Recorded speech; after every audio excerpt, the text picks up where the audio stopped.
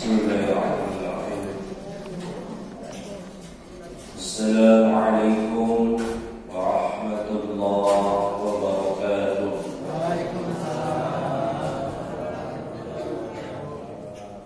Alhamdulillahilladzi qad waffaqa bil 'ilmi khairi khalqihi wa rizqa hatta nahas qulubuhum nahwihi famin 'azimi sya'nihi wal ta'wili fa'ushribat ma'na tuwi lisani fa'u'ibat fil hani bi al-hani thumma salatu ma'assalami ilaiki al-nabi absayil khaliki asyhadu an la ilaha illallah wahdahu la syarika lah wa asyhadu anna muhammadan abduhu wa rasuluhu la nabiyya ba'dah.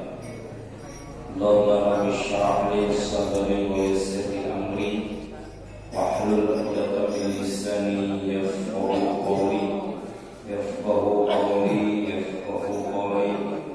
wasadid lisani wahdi qalbi bihaqqin nabiyyika Muhammad sallallahu alaihi wasallam. Allahumma amir lisani bi dzikrika wa qalbi bi khasyyatika wa yassir li bi ta'atika bi rahmatika ya arhamar rahimin. Yang kami hormati dan kami muliakan Ketua BKM Masjid Jumburian serta pengurus, yang kami hormati dan kami muliakan Bapak Imam Khatib Bilal dan Qarim serta pengurus syara lainnya, yang kami hormati Bapak RT, RW, lingkungan setempat, tokoh agama, tokoh masyarakat, ibu-ibu, bapak-bapak, yang alhamdulillah syukur di kesempatan yang sangat berbahagia ini kita dipertemukan kembali dalam rangka melaksanakan sholat subuh berjamaah, dan semoga amalan-amalan kita, ibadah-ibadah kita, serta hajat kita yang kita panjatkan kepada Allah Subhanahu wa taala diberikan dan dikabul oleh Allah Subhanahu wa taala.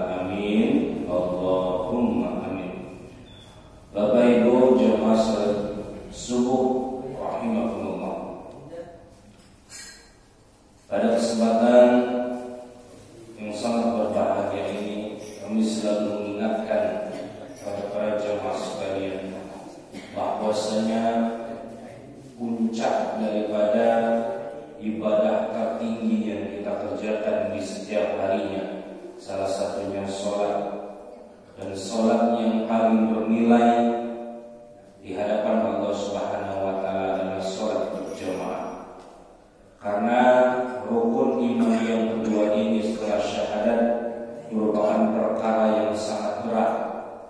Betul Bu? Betul Bu? Betul. Karena di zaman sekarang ciri melihat ibadah sholat ini berat, banyak yang meninggalkan, banyak yang mengabaikan, seakan-akan ibadah ini merupakan ibadah yang biasa-biasa saja. Jadi Allah, saya katakan Bapak Ibu, meninggalkan sholat merupakan dosa yang paling besar. Sekali lagi Bu, Pak, meninggalkan sholat merupakan dosa yang paling besar. Karena pada hakikatnya manusia tercipta tidak lain dan tidak bukan hanya untuk ibadah kepada Allah. Maka bersyukur kepada Allah Bapak Ibu, di subuh yang dingin ini, di subuh yang berat ini, Allah gerakkan hati kita, Allah perkenankan hati kita, Allah gerakkan tubuh kita, lebih-lebih melaksanakan sholat subuh berjamaah. Alhamdulillah. Apa yang kita rasakan setelah melaksanakan sholat Pak? Bu, tenang. Raso-raso masalah-masalah yang ada di kehidupan terlepas. Minimal setiap masalah yang Allah berikan itu yang pertama solusinya adalah ketenangan. Wa may yattaqillaha takut, yang takwa kepada Allah, apapun masalahnya, Allah katakan makhraja, akan Allah berikan jalan ke depan. Nah, semoga Allah memberikan istiqomah di dalam hati kita masing-masing untuk selalu melaksanakan ibadah kepada Amin. Baik Bapak Ibu jemaah salat subuh rahimahullah. Seperti biasa Pak, kami menjelaskan materi tentang kaifiat tentang ibadah di setiap harinya, yaitu fikih ya. Kalau di minggu yang kemarin kita menjelaskan tentang al-ma'ruf qalil wa katsir, tahir mutahhir, al-musta'mal, al-mutanajjis, air yang bersuci dan mensucikan, air musta'mal dan air mutanajjis. Masih ingat Bu materi kita yang telah lalu, air tahir mutahhir, air suci dan mensucikan. Yang kedua air musta'mal, yang ketiga air mutanajjis atau air najis. Dan selanjutnya kami akan menjelaskan daripada niat, yang mana niat ini dijelaskan dalam kitab Safinatun Najah. Safinatun Najah ini kalau bahasa Indonesia itu perahu keselamatan ya. Jadi ini menjelaskan tentang kaifiat ibadah atau tata cara ibadah yang kita kerjakan.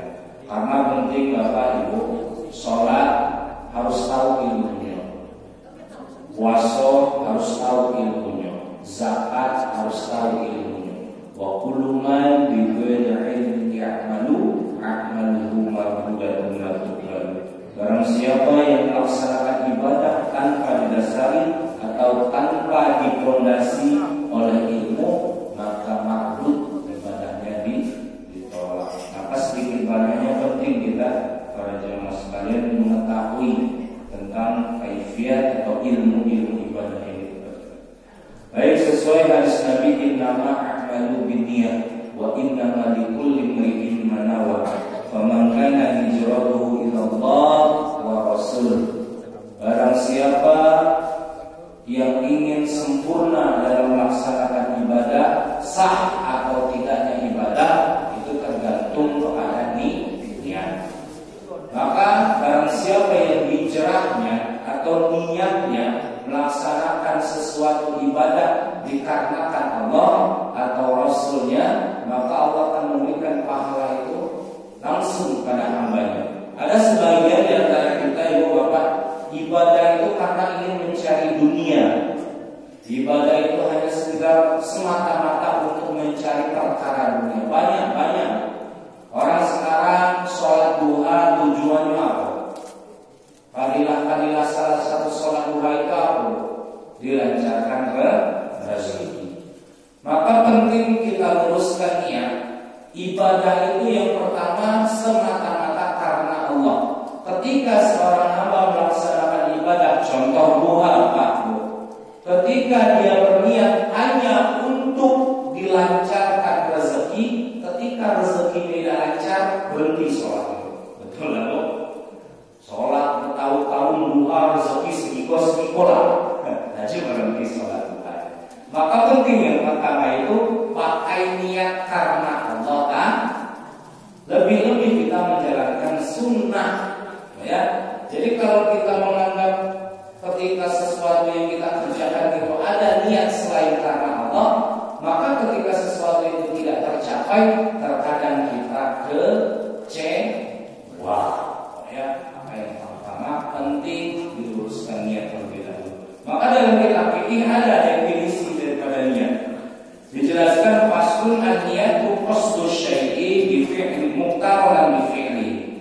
Niat menurut fikih atau dalam kitab Safinatun Najah adalah qasdu syai'i, bermaksud kepada satu perkara muqtaran bi fi'li dan dibarengi dengan apa yang kita kerjakan. Muqtaran bi fi'li. Maksudnya seperti ini, pernah Bapak Ibu dengar istilah, kalau anak saya lulus PNS, saya akan membayar atau berniat untuk bersedekah ke masjid 1 juta. Pernah? Kalau saya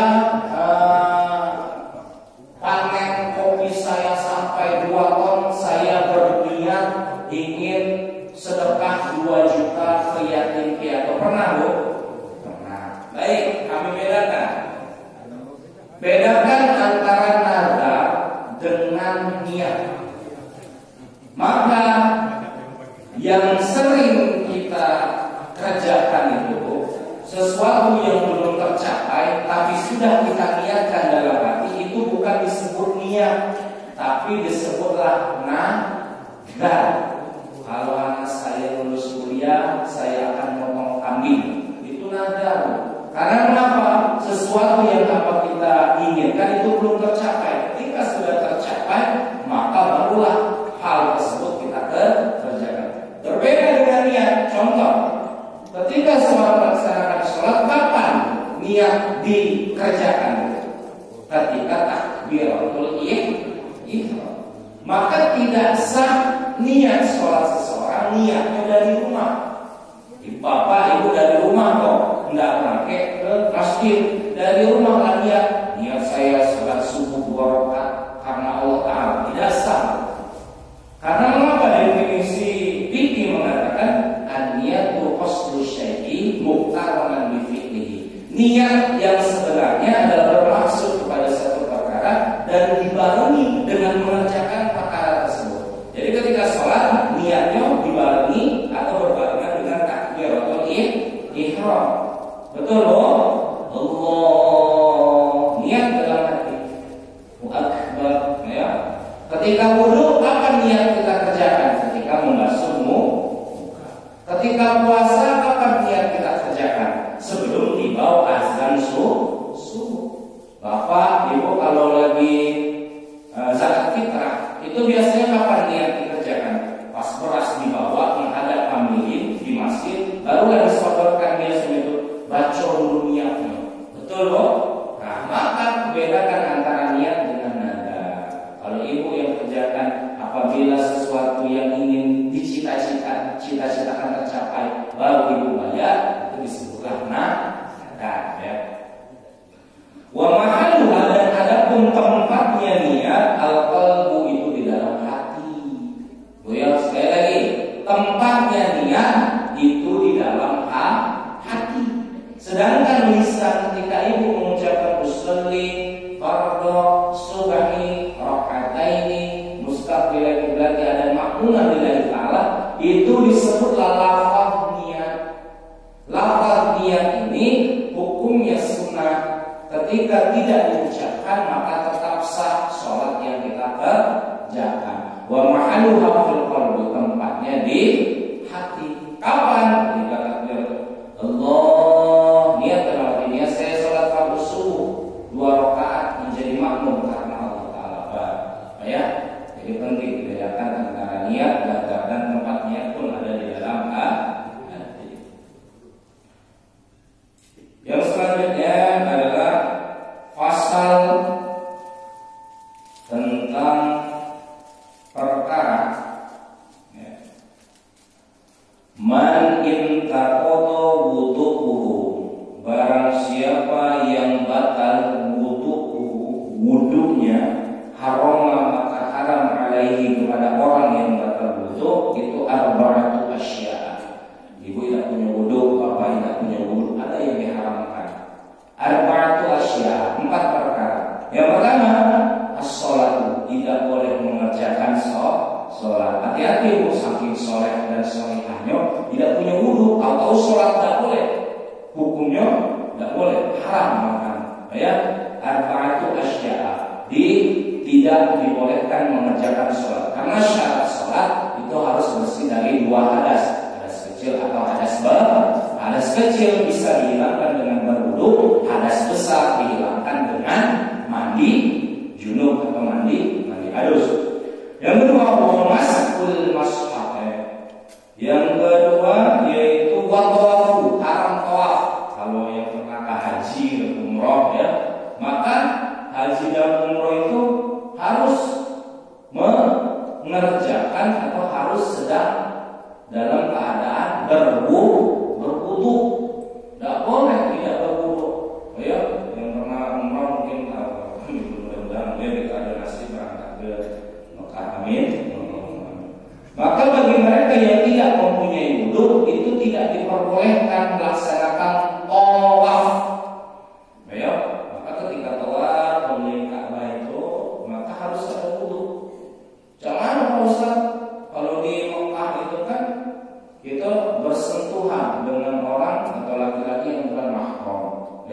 Sedangkan dalam mazhab Syafi'i itu batal hukumnya seorang yang berwudu bersentuhan dengan orang yang bukan mahram. Maka kalau di Arab itu rata-rata kegaliban itu memakai mazhab Maliki.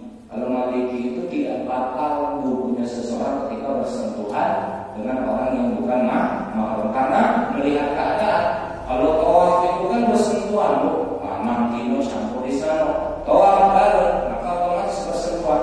Maka menurut Maliki, Imam Maliki itu tidak batal wudu seseorang. Tapi kalau itu di Indonesia rata-rata kegaliban memakai daripada mazhab Syafi'i itu batal ya. Maka ini sesuai di mana tempat kita berada. Karena di sana keadaannya di Mekah dalam keadaan tawaf, dan di sana bercampur laki-laki dan perempuan sedang melaksanakan ibadah, itu tidak batal wudu seseorang. Wa mashhur mashabi, haram memegang mushaf. Apa itu mushaf? Haram memegang Al-Quran. Itu ada wudu, wajib pegang Quran, pegang langsung, itu tidak boleh hukumnya. Maka adab dan tata cara dalam memegang Quran itu harus ada wudu. Ya, tidak boleh dalam keadaan wudu. Itu diharamkan atau tidak diperbolehkan. Bagi seorang yang tidak mempunyai wudu, itu tidak boleh memegang mushaf. Mushaf ini di dalam kitab-kitab yang lain itu dijelaskan. Mushaf itu bukan Al-Quran penuh, bukan hanya sekedar Al-Quran penuh. 30 juz, 114 surat, itu tidak ada. Ada kertas lembar, di situ tertuliskan surat Al-Fatihah. Itu bisa disebut mushaf. Ya, ada kertas lembar tertulis daripada surat Al-Fatihah. Karena surat Fatihah ini merupakan sebagian surat dari Al-Quran, maka itu juga bisa disebut mushaf. Ya, mushaf. Maka bagi mereka yang ingin memegang daripada mushaf tersebut harus mempunyai wudu. Ya. Yang selanjutnya yaitu wahamluhu, haram membawa mushaf. Tidak boleh kita yang tidak punya wudu membawa mushaf. Ada pertanyaan timbul, Ustaz, Cakmano lagi bepergian jauh, ya, tidak baca Quran, biasanya bawa Quran yang kecil itu ya, bawa Quran yang kecil. Sedangkan dalam keadaan di mobil, tidak baca Quran, Cakmano kalau batal, maka masukkan dalam tas, niatkan membawa buku, ya, maka itu tidak apa-apa karena melihat daripada situasi dan kondisi. Maka ada 4 perkara yang diharamkan bagi mereka yang tidak mempunyai wudu. Yang pertama haram salat, yang kedua haram tawaf, yang ketiga haram memegang mushaf, yang keempat haram membawa mushaf. Selanjutnya wa yahrumu 'alal junubi, diharamkan bagi mereka yang mempunyai hadas besar, baik laki-laki atau perempuan. Ya, maaf, bagi laki-laki dan perempuan yang sedang mempunyai hadas besar, maka sirtatu asya, tidak diperbolehkan mengerjakan 6 perkara. Sama Bu, cuma ditambah 2. Yang pertama haram sholat, yang kedua haram tawaf, yang ketiga wa masbul mashafi, haram memegang mushaf, wa hamluhu, haram membawa mushaf, wa luthu, haram berdiam diri fil masjid, di dalam masjid. Lagi punya hadas besar Pak, lagi punya hadas besar, maaf ya, belum mandi belum apa, tahu-tahu diam di masjid, boleh hukumnya ya. Wa qira'atil Qur'an, dan tidak diperbolehkan membaca Al-Qur'an. Yang tidak ada wudu aja tidak boleh membawa, apalagi kita sedang junub, sedang mempunyai hadas besar, itu tidak diperbolehkan membaca Al-Qur'an. Caranya kan, kalau kita punya hafalan ini, kita sedang dalam keadaan junub, ya, tanpa memegang, tanpa membawa, dan tanpa membuka, sedangkan kita punya Quran, boleh. Tapi kalau dengan sengaja kita memegang, membawa, bahkan membuka Quran tersebut dengan sengaja dalam keadaan junub atau dalam keadaan tidak mempunyai wudu, itu tidak diperbolehkan. Ya. Kangen baca Quran Pak Ustaz, hafalannya apa? Kulhu sampai anas, jadilah silakan baca. Yang penting tidak dibuka dengan sengaja, ya.